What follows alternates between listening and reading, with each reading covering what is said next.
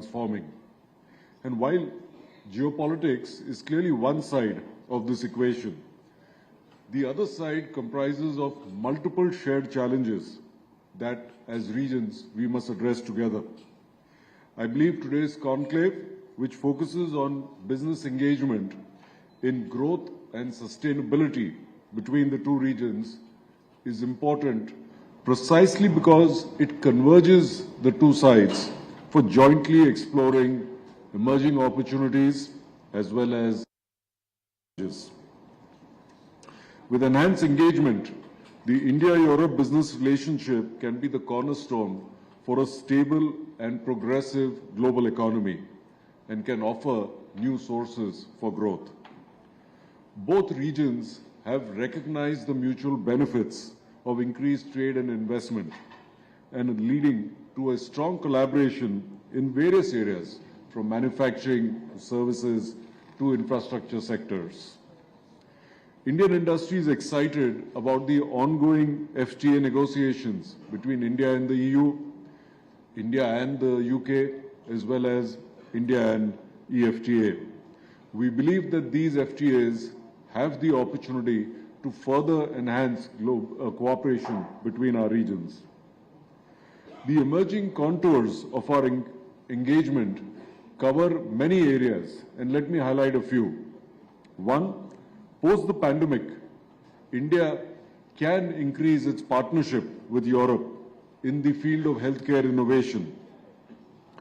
India's vaccine and pharma strengths, our skilled workforce, and R&D, combined with Europe's technology and innovation, can redefine healthcare for affordability and accessibility.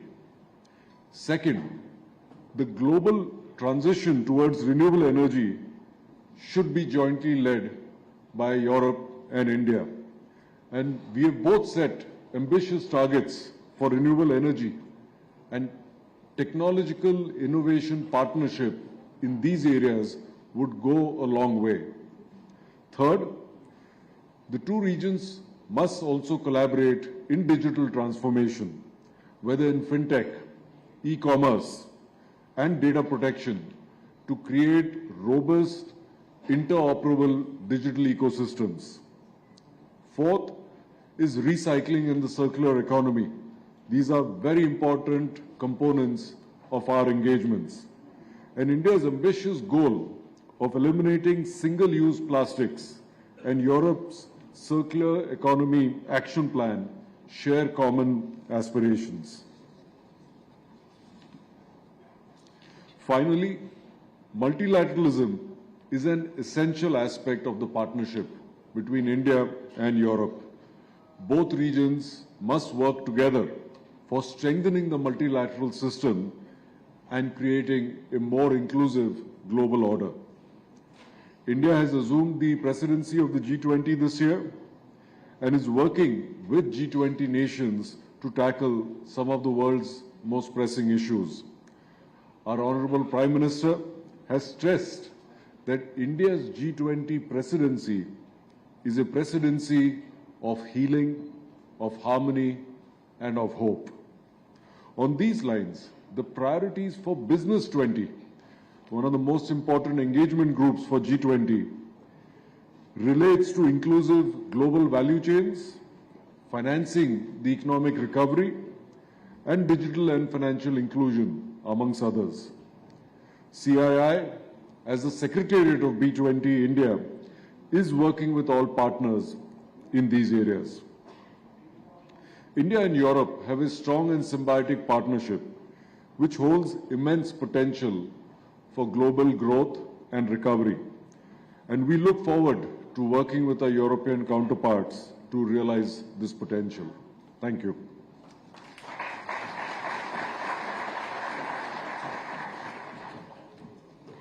Thank you, Mr. Bajaj. Before I invite our next speaker, I'd like to acknowledge the presence of His Excellency Mr. Silvio Schembri, Minister of Economy, European Funds and Land from Malta, who's also amidst us, please. Can we hear it from him, please? I now have the pleasure to invite His Excellency Mr. Jan Lipavsky, Minister of Foreign Affairs, the Czech Republic, to address us, please.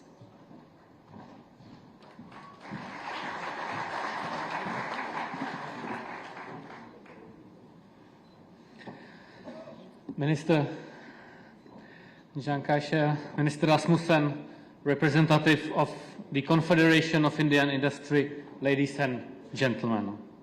Thank you for the invitation to visit India and to speak at this important forum. This is the first time I am visiting India as the Czech Minister of Foreign Affairs, and the fourth time I am meeting Minister Jaishankar in the past year.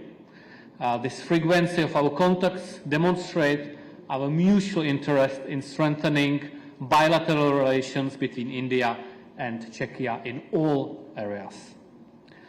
Let me also thank the Confederation of Indian Industry for hosting today's conference. I am accompanied by several members of the Czech Parliament from the Foreign Affairs Committee, including its chairman, Mr. Marek Ženíšek, and a delegation of representatives of companies from the Czech Confederation of Industry, your partner organization. I hope their meetings with the local partners will initiate new business projects. India has traditionally had a prominent place in Czech foreign policy and our trade relations. The Czech government's policy statement mentions India among the democratic partners in the Indo-Pacific with whom we will be deepening our relations. The EU-India relationship gains on importance. India is becoming the most populous country of the world, and its remarkable economic growth predestines your country to become the third largest economy before the end of the decade. We do recognize this fact, and we do recognize the role of India is playing for the stability of Asian continent and in world politics. Looking at the topics you will be discussing during this conclave, they have been long-term priorities for the Czech government. They were among the horizontal priorities of the recent Czech presidency in the Council of the European Union. They are part of the Czech Republic's strategy for cooperation with Indo-Pacific, and they relate to the ongoing Czech engagement in the UN Economic and Social Council. Of course, our EU presidency primarily had to address the Russian aggression in Ukraine. The European Union denounced this aggression unanimously and resolutely, and it keeps supporting Ukraine in every way. At the same time, however, we continue working with our Indo-Pacific partners in the important agendas you are to discuss today and tomorrow. Let me touch upon them briefly. Czechia wishes to contribute to the post-COVID recovery in India and in the Indo-Pacific region. Our companies have competence in the whole spectrum of solutions in manufacturing and supplying medical devices, in medical technologies, healthcare services, or pharmaceuticals. We see a good potential in cooperating with Indian partners in telemedicine, in microelectronics or optics. The Czech companies have delivered turnkey project in the Indo-Pacific region that serves as a reference. The Czech Academy of Science is a joint project of 6 institutes whose goal is to establish European Center of Excellence in biomedicine and biotechnology. Both of these areas are relevant to mention here in India. We wish to focus on science, research and innovation in the broadest sense, which covers everything you will be discussing. The transition to clean energy is an opportunity to strengthen the cooperation we started during the Czech EU presidency in environmental protection, in green and smart solutions.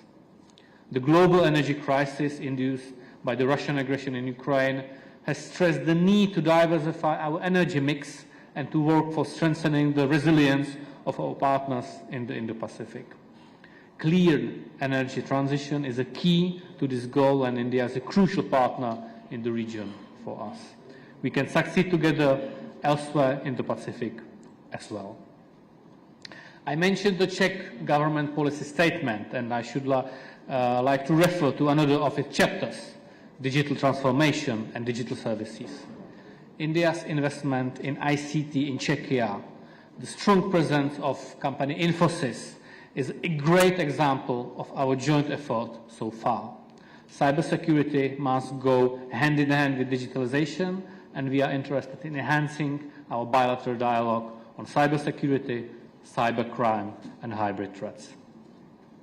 Another topic of your Conclave program is food security. We saw the Russian aggression in Ukraine causing significant disruption in exports of grain from Ukraine, as well as food and fertilizers from Russia. It did not only translate into the increase of price of fertilizers, but also to the price of rice, especially affecting the consumers in Asia. It calls for us to focus on food security and to strengthen our value and supply chains. In this context, I would like to mention the use of EU space programs. Their navigation and positioning tools with the data and services offered by the EU Earth Observation Program Copernicus can be used to improve food security and make agriculture in general more efficient and sustainable. As we have shown during the Czech EU presidency in cooperation with the Indo-Pacific partners, the EU space programs are helping in disaster risk reduction. Czechia has a well-developed space segment in research and academia, as well in a private sector. We are supportive of secure, predictable, and reliable supply chains, and this stands behind our interest in working closer with India. It is up to each company to choose its supplier or business partner, but our role as government is to create an environment that is favorable to businesses and investment, especially in removing all kinds of trade and administrative barriers. Within the EU, Czechia as a textbook case is the textbook case of an open market economy. Dependent on foreign trade, traditionally belongs amongst the advocates of free trade, and just like during our EU presidency last year, we will continue to be vocal supporter of negotiations of free trade agreement between the EU and India.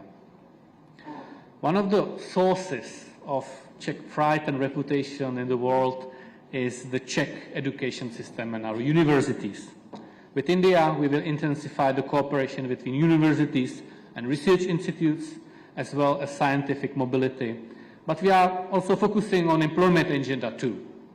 India is one of the countries included in the Czech government's program of targeted economic migration, successfully realized since 2019. And the annual quota for employment cards stays valid while preventing human capital flight. You will discuss smart manufacturing and industry 4.0. And since I represent a country with traditionally strong industrial base and innovation potential, I wish to assure that we are interested in mutual exchange of experiences in this domain. Czech companies are offering solutions in smart cities, waste energy, and clean technologies. We are offering our solution and experience, including the preparation of legislation, and we are attentive to the experience and specific needs of our partners in bio-circular green, BCG. I think I have covered most of the topics of Conclave's program. Lastly, I wish to mention mobility. Strong and traditional reference already exists in the relation between our two countries. Let me just mention Java motorcycles and the partnership with Mahindra Group. Škoda Auto, that produce locally in line with your government strategy, Make in India, or Tata Trucks, that have India as one of the biggest clients in the world. Czechia is interested in offering new solutions for the city and intercity mobility transportation, especially in rolling stock segment. Czech investors are already producing wheel sets and their parts for all types of rolling stock here in India. And last but not least, let me invite the present India's business representative to visit the Czech Republic and find new business opportunities with their Czech business partners. Thank you very much for your attention. Thank you very much for this Conclave, and I wish a successful debate. Thank you.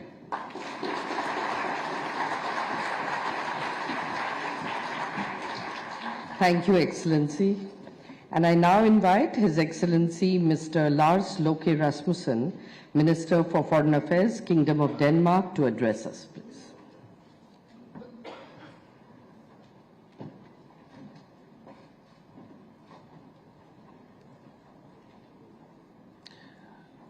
Honorable Minister of External Affairs, Jaishankar, good colleague Lipavsky from Czech Republic, Excellencies, ladies and gentlemen.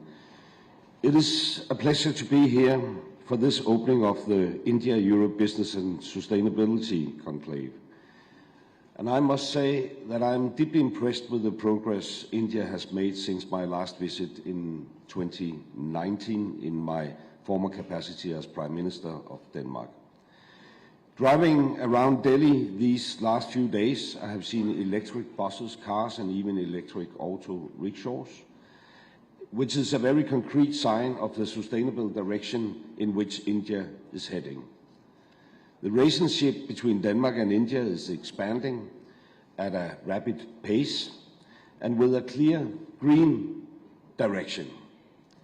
Our green strategic partnership is an example for others to follow, and the new Danish government is fully committed to it.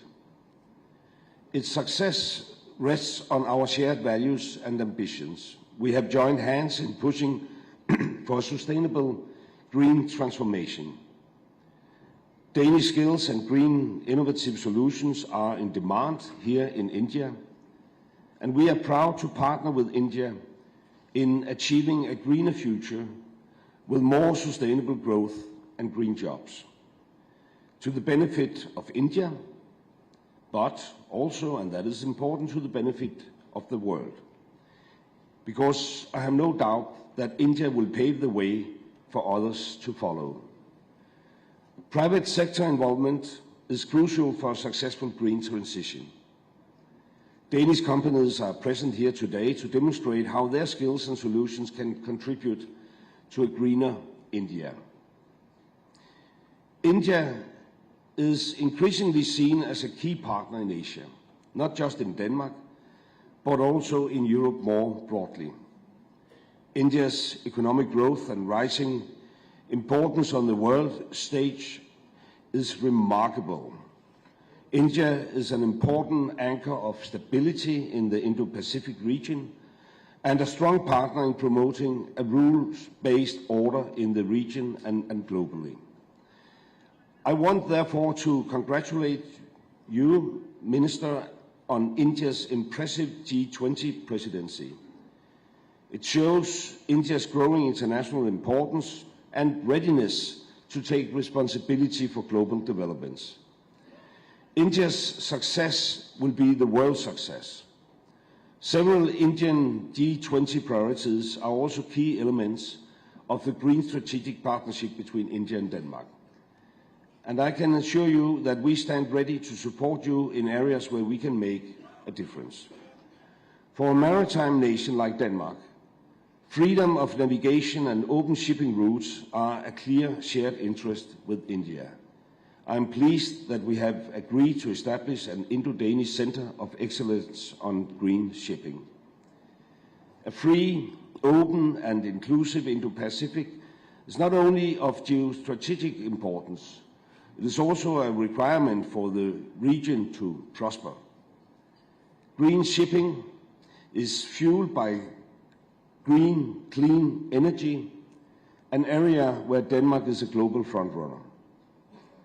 Connectivity is key, not just between countries, but also between people. India and Denmark are working on an agreement on migration and mobility, and we hope to conclude the process in the coming month. And I'm also very pleased that Air India will start flying directly to Copenhagen as of tomorrow. It will be,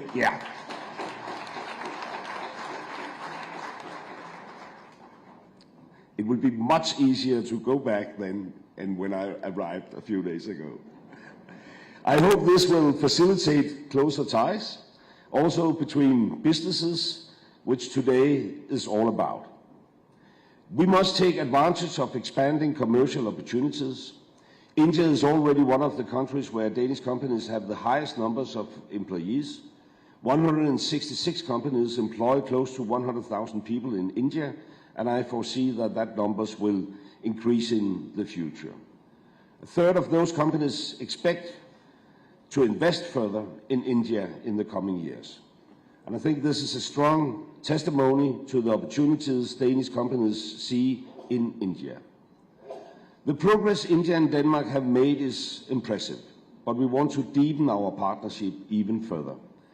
Not just between our countries, but also through stronger ties between India and the European Union and the Nordic countries.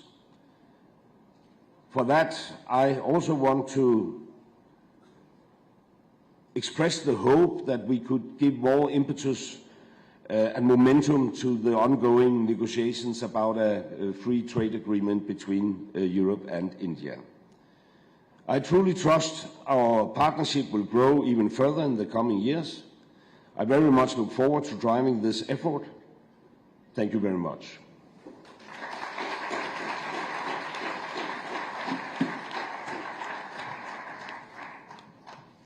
Thank you, Excellency. Ladies and gentlemen, I now have the pleasure and privilege to invite our chief guest for today, Dr. S. Jaishankar, Honorable Minister of External Affairs, Government of India, to give the inaugural address.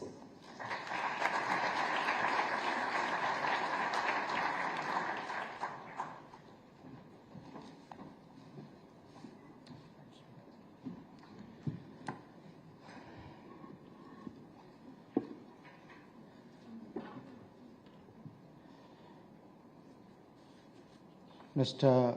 Jan Lipavsky, Minister of Foreign Affairs of the Czech Republic, Mr. Lars Løkke Rasmussen, my colleague from the Kingdom of Denmark, Mr. Magnus Heunicke, Minister of Environment from Denmark, Mr. Lars Agard, Minister of Climate, Energy, Utilities, Mr. Silvio Schembri, Minister of Economy, European Funds and Roads of Malta, Mr. Sanjeev Bajaj, President CII, and Mr. Chandrajit Banerjee, DG CII, dear friends.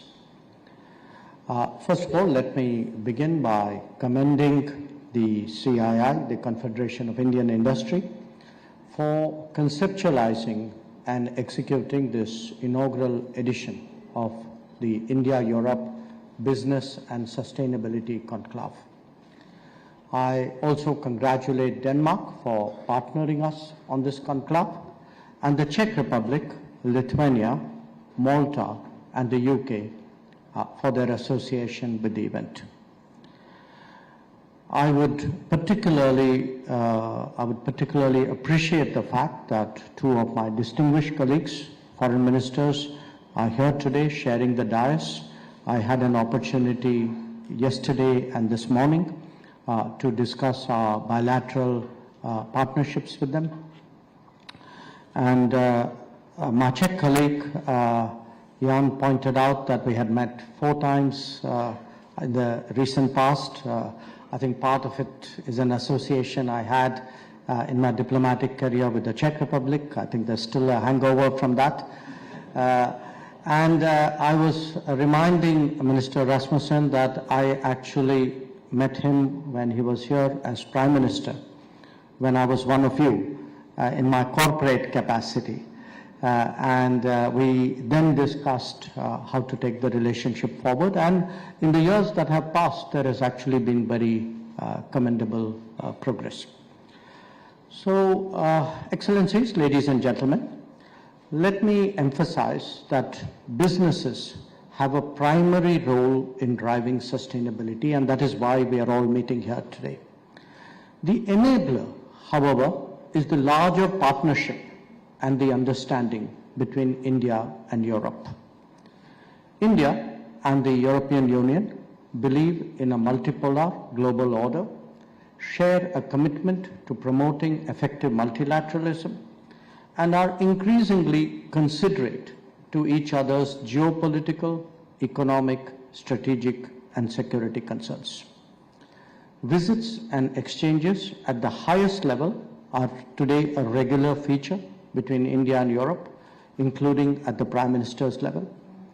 I have personally interacted with the foreign ministers of all the 27 EU member states and the High Representative of the European Commission at least once last year. I've also met some of them actually multiple times. A good example was there on the dais. And these interactions have contributed to the resumption of the India-EU FTA negotiations, the India-EU Trade and Technology Council, which we call the TTC, the announcement of that, dialogues in areas of security and defense and human rights, and not least, a jump in bilateral trade. For a sharper focus, we recently announced 3 working groups within the India-EU TTC for strategic cooperation in trade, cooperation in green transition, and cooperation in digital partnership. I'm glad that these 3 pillars are reflected in the agenda of this conclave.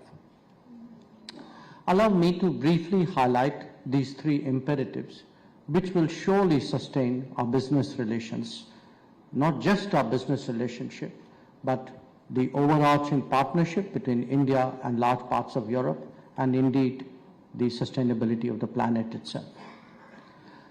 So, a few words about trade. The EU is one of India's largest and most important trade partners. Our bilateral trade was in excess of US dollars 115 billion in the financial year 2021-22, which is the highest ever. With the UK and other non-EU countries added, I believe that the number is even greater. Now, we expect the India-EU FTA will be a game changer for the India-EU relationship. We look forward to a mutually beneficial, a mutually advantageous conclusion to the negotiation process within a reasonably short planned timeline. India's new approach to trade agreements addresses issues of non-tariff and behind-the-borders barriers, quality standards, and related benchmarks. With like-minded partners, we have actually demonstrated in recent years a fast-track change in our FTA negotiation processes. The FTAs with UAE and Australia were actually concluded in record time. India's large and growing middle-class population makes it obviously a preferred investment destination as well as a lucrative market for our trade partners. India is expected to be the only major economy to keep growing at well above 6% per annum in the foreseeable future, and thus will remain one of the major growth engines of the world. Now, when it comes to the green transition, clean energy and green transition are central to the India-EU connectivity partnership. Synergies have emerged in solar and wind energy, in green hydrogen, smart grids, sustainable urban transports, especially metro projects, waste management, and the circular economy. But to sustain this cooperation, the real ask is capacity building, clean technology transfer, alignment of standards, and cooperation in critical materials. And here, let me say upfront that promoting green financing is the ignition for any long-term result-oriented outcome. India is today one of the leading countries in climate change mitigation commitments and environmental protection. Our low-carbon development strategy lays out the path to a carbon-neutral economy while taking into account specific development goals. We have the 3rd biggest installed renewable energy capacity in the world. Without stressing on our ambitious nationally determined contributions at the UNFCCC, let me say that we will reach our goals even earlier. Now, looking ahead, India's ambitious green hydrogen policy incentivizes an indigenous ecosystem for local needs and exports. In this, we have already seen collaborations between many major European firms and Indian companies. Electric vehicles, as Minister Rasmussen noted, will be the next big thing for a green transition of India's urban landscape. Green transition is also the core of our sustainability goals, and it is enshrined in our agenda for the G20 presidency. And in fact, Prime Minister Modi's LIFE initiative adds the dimension of individual responsibility and ownership of our environment in the synergy with India's declared climate and environmental goals. Now, speaking about digital transformation, last year, many of you are aware that 41% of the world's transactions actually happened in India. Our highly developed tech sector and an increasing pool of quality, skilled human power in the software services sector are obviously a given. Newer technologies like additive manufacturing, high-performance computing, and AI are increasingly the emerging focus.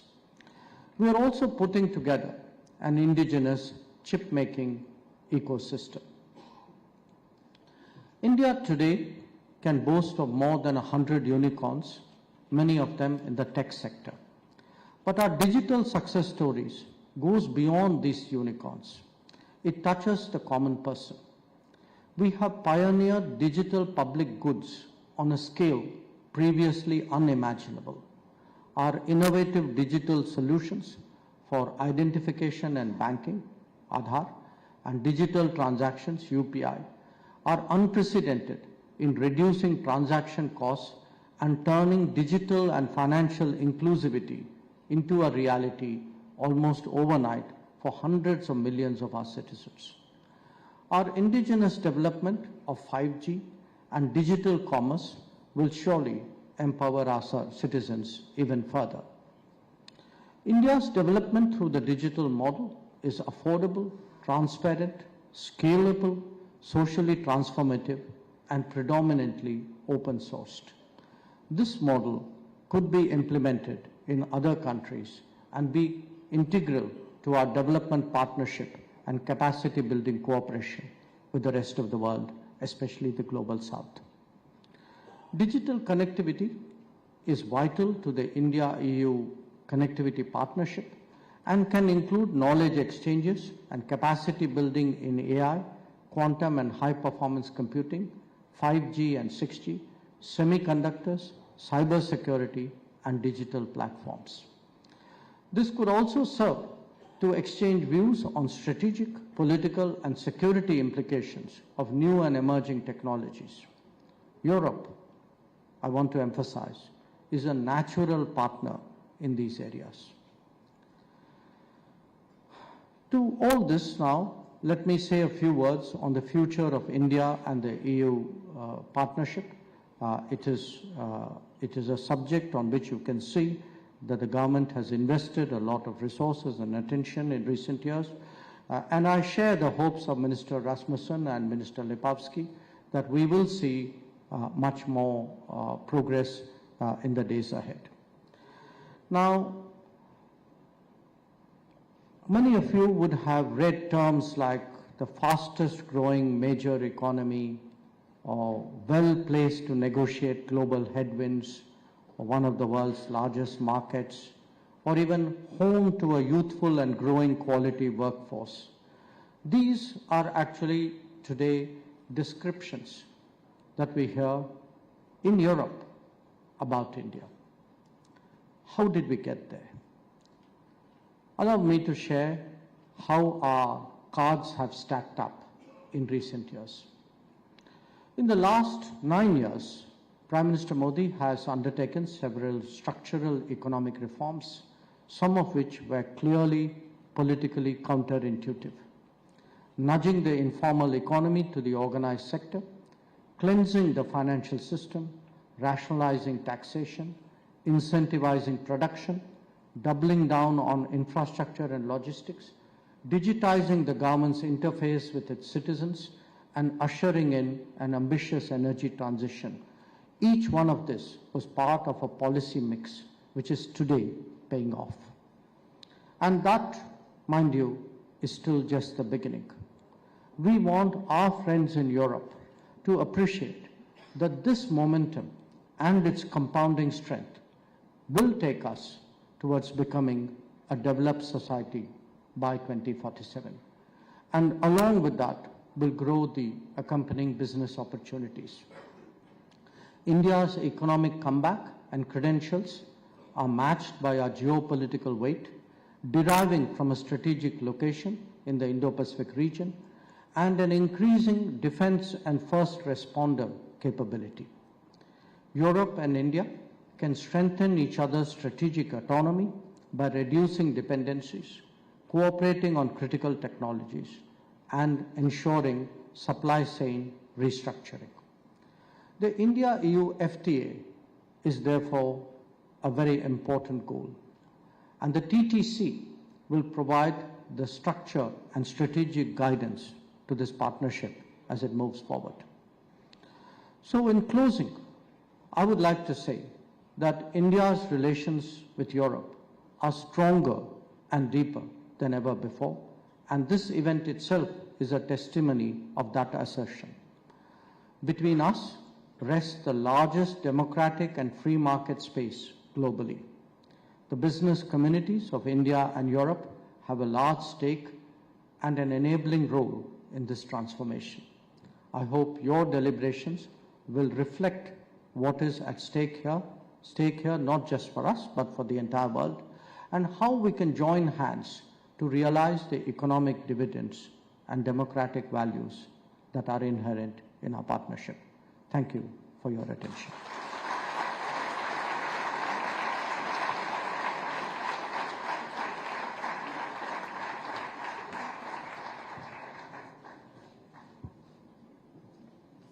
Ladies and gentlemen, what a great start we had to this maiden edition of this conclave. Some very, very critical points on opportunities as well as the type of collaborations that we can look forward to between Europe and India on a subject which is so very important.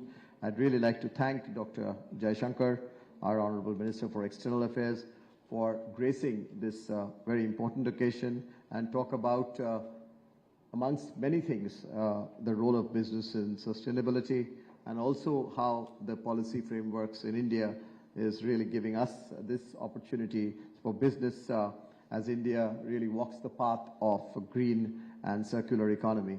I'd like to also thank our two other very important and distinguished ministers on the dais, His Excellency Mr. Lars Rasmussen, and also His Excellency Minister Jan Lipsvsky, plus also many other ministers who are present here, Minister of Malta, other ministers from Denmark, and many other ministers who are going to join us during the course of the days. It wouldn't have been possible without your presence to make this conclave a really important one. And I'd really like to thank the other business delegations that some of the ministers have brought along, and also other countries which have sent their business delegations. The missions present in Delhi, they have been of great importance to us as we have collaborated together to make this happen. And we are fortunate that Denmark did bring in such a huge delegation, which gave us also our ambassador to come in. I hope such large delegations come in future editions, so that our ambassadors are also able to come in. This, ladies and gentlemen, has been a true collaboration between the government and the industry. As I say that because this conclave has been led by the Ministry of External Affairs and colleagues under Dr. Jaishankar, who have really worked so very much with the business team, the industry team. The CII has been Mr. Sandeep Chakravarti is present here, Mr. Arun Kumar Sahu is also present here, and of course all our missions across Europe. So it's been a great joint venture, if one can say, to see that business from India and Europe, and business and governments and missions across Europe and India, and our government being able to make this happen. We really do look forward to growing this subject as we go along. But very importantly, as I conclude, with sincere thanks to all the dignitaries. We would pick up the important points that comes up during the course of today, tomorrow, and see that we have a follow-up mechanism and really look forward to greater business-to-business collaboration. With that, ladies and gentlemen, once again, thank you very much for being here, and please do enjoy and participate in the rest of the sessions. Thank you.